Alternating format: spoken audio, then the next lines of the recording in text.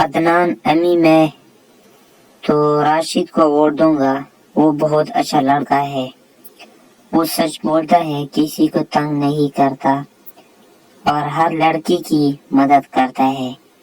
جب دو لڑکے آپس میں لڑ پڑے تو وہ دونوں میں صلح کرا دیتا ہے اور ان کو کہتا ہے کہ ہمیں لڑنا نہیں چاہیے، ہم آپس میں بھائی بھائی ہیں۔ امی جان شاباش بیٹا، آپ جس کو موضوع سمجھتے ہیں اسی کو ووٹ دیں اور دوسری طالب کو بھی اس کو اچھائی کی وجہ سے اسے ووٹ دینے کا آمادہ کرے، لیکن یاد رکھے کہ ہر معاملے میں ہر شخص کی رائے ایک جیسی نہیں ہوتی۔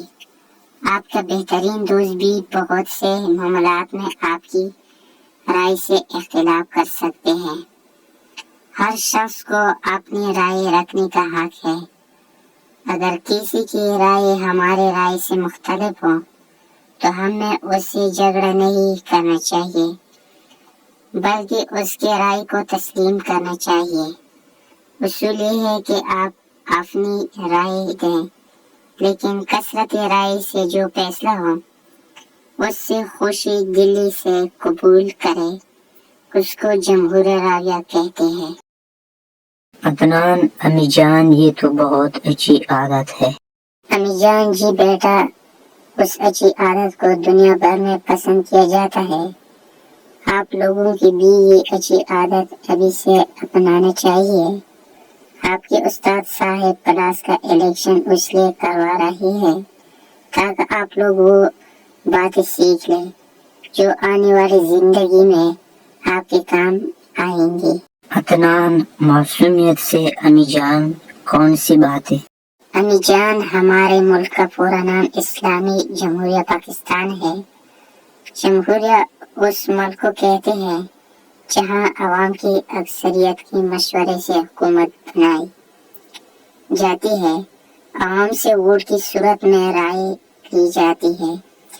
ہمارے ملک پاکستان میں بھی اس طرح ہوتا ہے جیسے کل آپ کلاس کی مانیٹر کے انتخاب کے لیے ووٹ دے رہے ہیں۔ عدنان امی جان اس کا مطلب یہ ہے کہ ووٹ کی بہت اہمیت ہے۔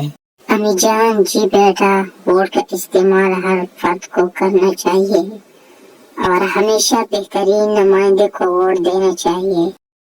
عدنان پرجوش انداز میں ان باتوں پر خود بھی عمل کروں گا اور اسکول میں سارے دوستوں کو بھی ان باتوں کی ترغیب دوں گا۔ آخر کار ہم نے یہ سبق سیکھا، نمائندے یا لیڈر کا انتخاب سب کی رائے اور مشورے سے ہونا چاہیے۔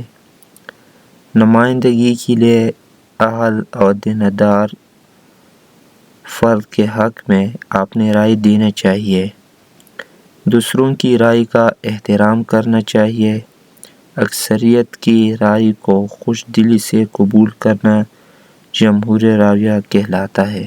If you like the video, don't forget like, subscribe and comment.